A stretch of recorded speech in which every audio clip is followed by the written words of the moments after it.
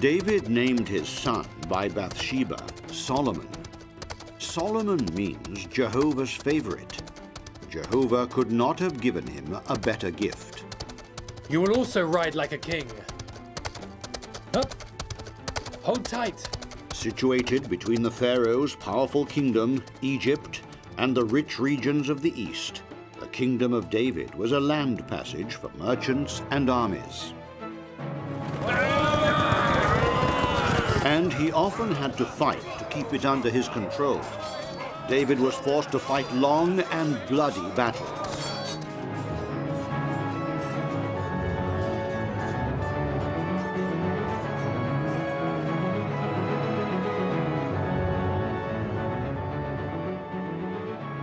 Jerusalem, which was called the City of David, was the center of his kingdom, but the heart of his kingdom was the Ark of the Covenant. The Ark was guarded by the priests of the people of Israel, the Levites, the sons of the Levi tribe, who were devoted to the cult and recalled the people to the obedience of the laws of Moses. But if David was a wise king who feared God, his other sons were neither wise nor fearful of God. Absalom was especially jealous of his brothers and even of King David his father, for he wanted to steal his throne. Absalom, you're not lucky, and you never were.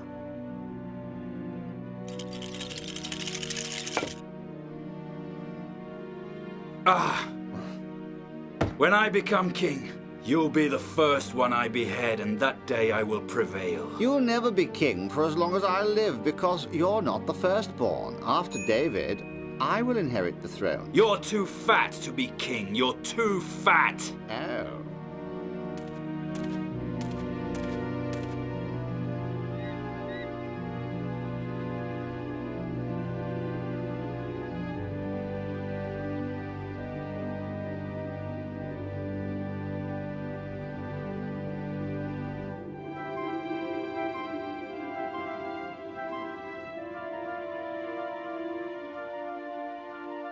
And so, to get the birthright, Absalom prepared an ambush for his brother Amnon.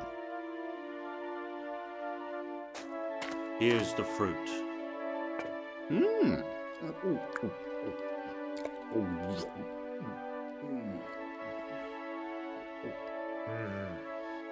Let me see the ring you got on your finger. Certainly, my friend. Take a look. What are you doing? What are you... Betrayed! Betrayal! Betrayed! What's happening? What's going on? He's killed him. It shouldn't have gone quite this far. Now you're the eldest. Isn't this what you want? We will carry his body to King David.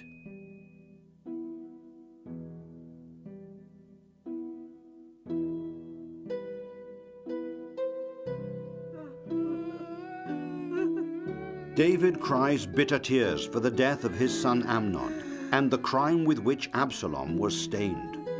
In anguish I have invoked the Lord. I have shouted to God. From his temple he heard my voice, and my screaming reached his ears.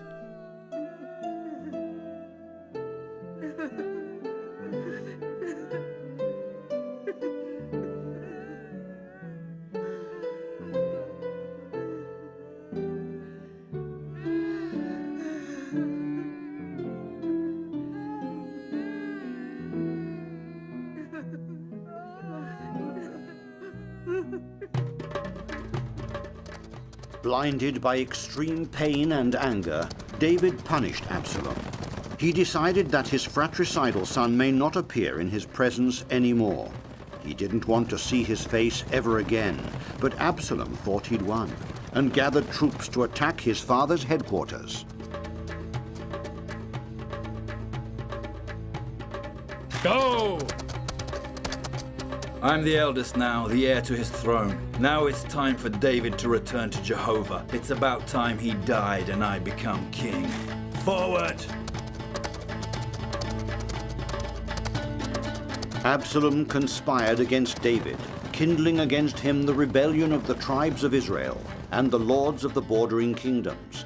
by promising them gold and favors.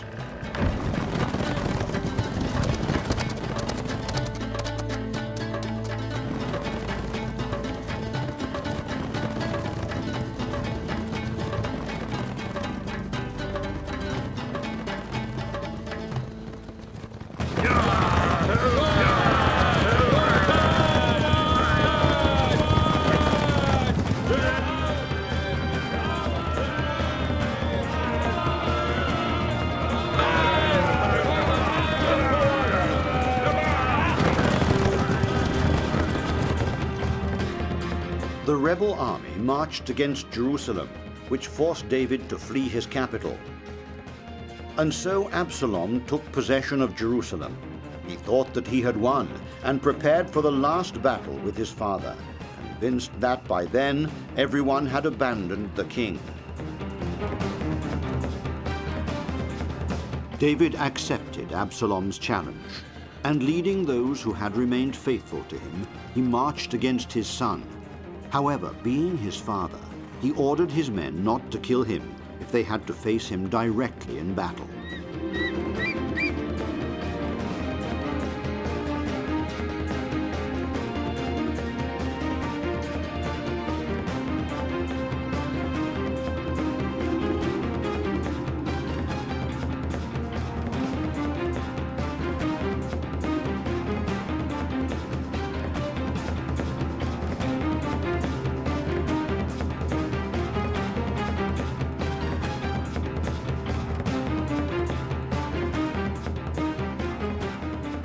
The awaited final clash took place in the forest of Ephraim.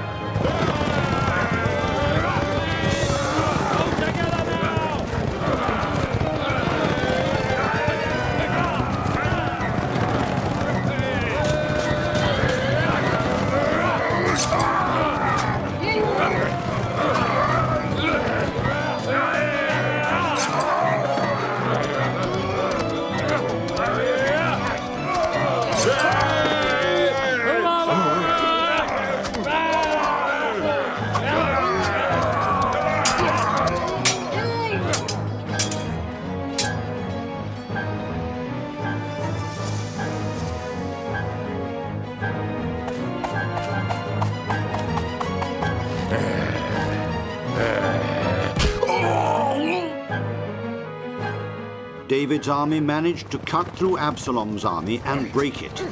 The rebellious battle raged on. Absalom's army was defeated. Many of his men fell in the battlefield.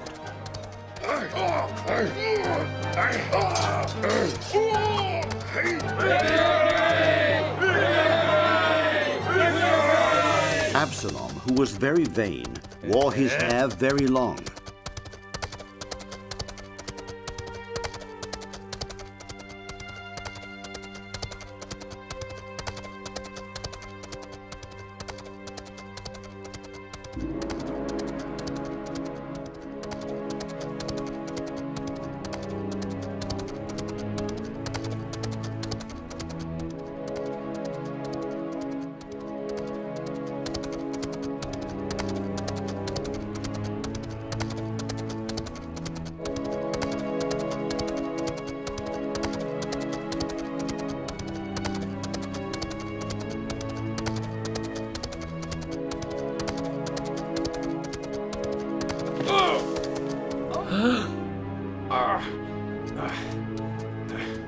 Kill me now! Kill me! We cannot do that, sir. Your father, the king, has ordered us to spare your life. David has to have pity for his son, his own flesh and blood. But the people of Israel demand justice, and they'll have it.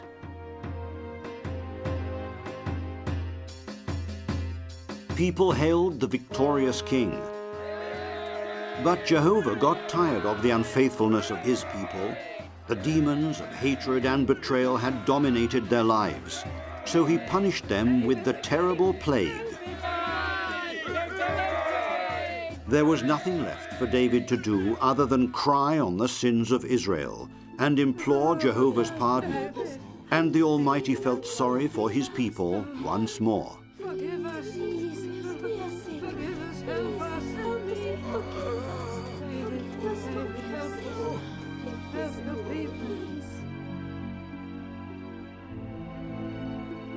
The Rock of Israel spoke to me.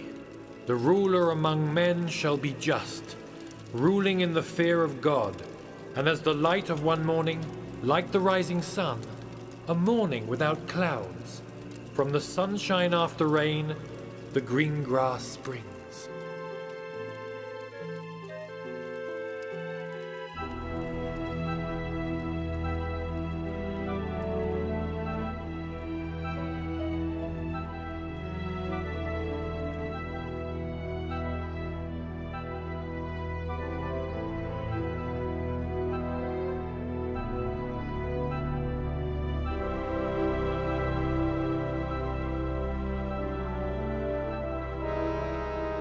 After 40 years of his reign, David became old and sick. But the greed of power plagued the tranquility of the last few years of his life. Another one of his sons, Adonijah, born to him by Haggith, decided to proclaim himself king instead of his father, and told everybody that David had abdicated his throne for him. Bathsheba, the mother of Solomon, couldn't accept this iniquity, and she stood before her king to remind him of the promise he had made to his favorite son, Solomon. That Solomon, your son, would reign after you. Yes, Bathsheba, that is what I have sworn, my lady. But Adonijah has become king. He's sitting on your throne. He's just an usurper. This will never happen. Sir,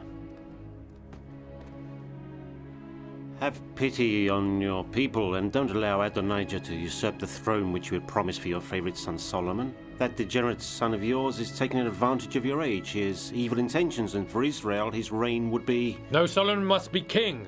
He shall build the temple of Jehovah. I was not chosen. My time has come. I would never permit Adonijah to commit such a crime, Nathan. But Lord, Adonijah is already celebrating on the terrace of your palace together with his friends. He has also invited the leaders of your army to the feast. And he told everybody that this was your wish. He must be stopped somehow before it's too late and blood is spilled. No, no!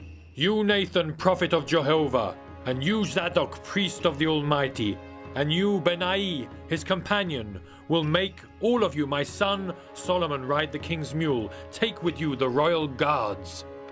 And take Solomon to the spring of Gihon, and anoint him king of Israel and Judah, and blow the trumpets to let the people know and shout, Long live King Solomon! And let everybody shout, Long live King Solomon! Then go back to the city and let him sit on my throne, because I want him to be the only king over Israel and Judah. In the name of Jehovah, I pronounce you king of the people of Israel, Solomon, son of David. Now I'm king, I'll destroy all those in Jerusalem who are with Solomon. Father, it's Solomon! Huh? It's Solomon, Father, it's Solomon! King David has made him anointed king of Israel and Judah, and he's now on his way here. He's coming along with the king's guards to take possession of the kingdom. He's escorted by 1,000 men, and the people are hailing him. Father, let's go before they get here. Let's go, we must go, Father. Ah, damn it, my father has betrayed me. Solomon is king. Oh, I should have killed him a long time ago. The king!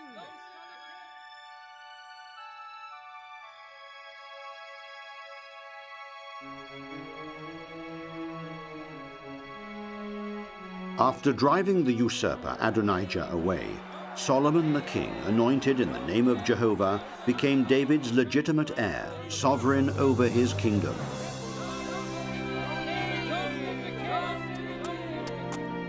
King David died, satiated of life, and Solomon's advent to the kingdom was like a new spring. Solomon was young, and he began to discover around him the most beautiful women of his kingdom. And when his heart had finally settled, he composed and sang for one of them a hymn of love that would be repeated everywhere around his kingdom, in the palaces of the rich, in the houses of the poor, in the tents of the nomad.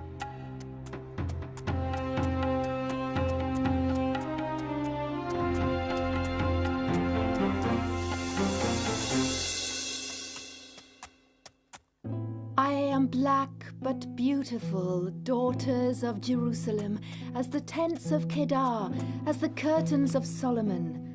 Look not upon me because I am black, because the sun has burned me.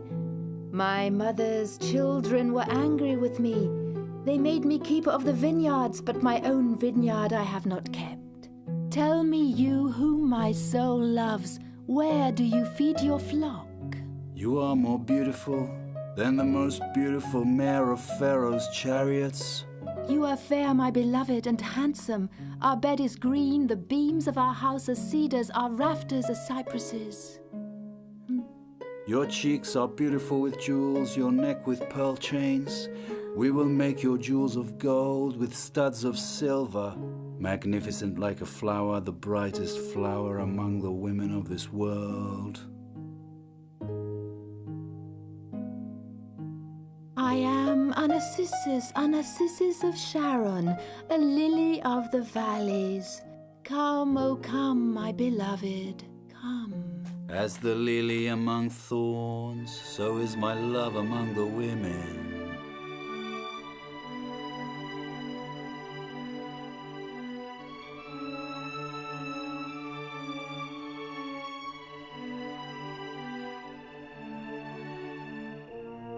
I charge you, daughters of Jerusalem, do not wake my love from slumber until she's ready.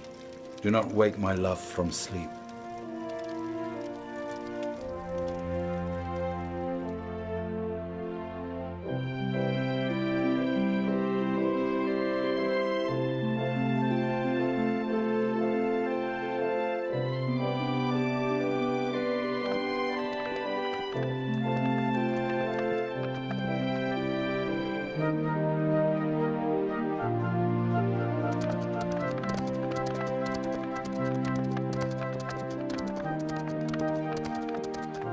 I have come into my garden, my sister, my spouse. I have gathered my myrrh with my spice.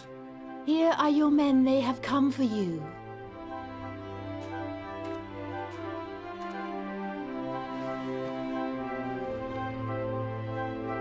Long live Solomon! Long live Solomon!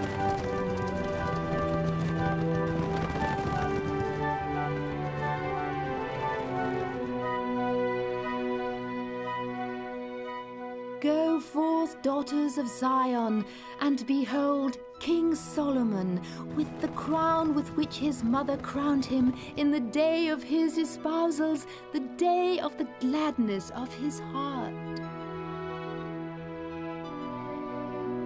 Solomon returned to Jerusalem. The ambassador of the king of Tyre awaited him at the port on the coast of Palestine.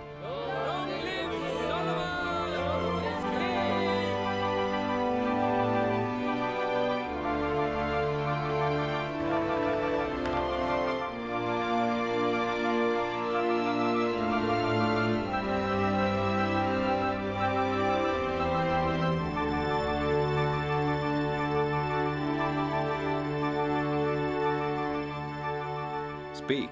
His Majesty, my Lord Hiram, King of Tyre, is happy because Jehovah has made you king after David, who was a friend and local ally. I thank you.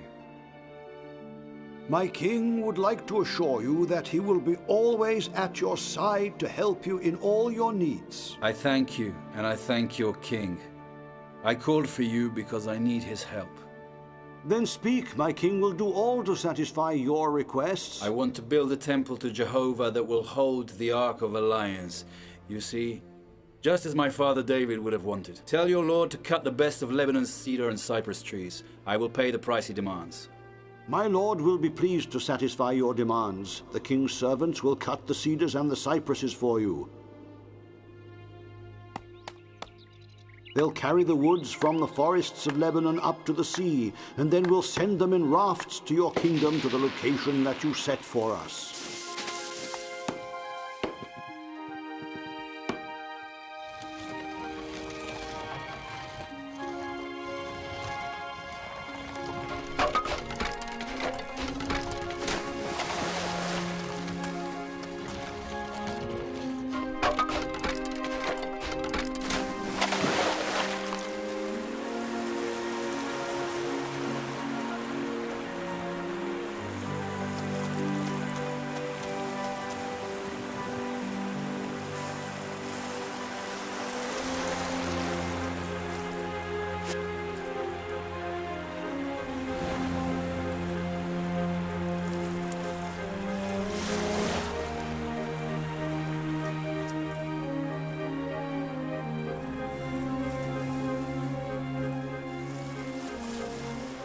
King Solomon's pleased because the king of Tyre's keeping his word. Your king's name will surely be blessed forever. Solomon will build the temple of Jehovah, the only God, creator of heaven and earth.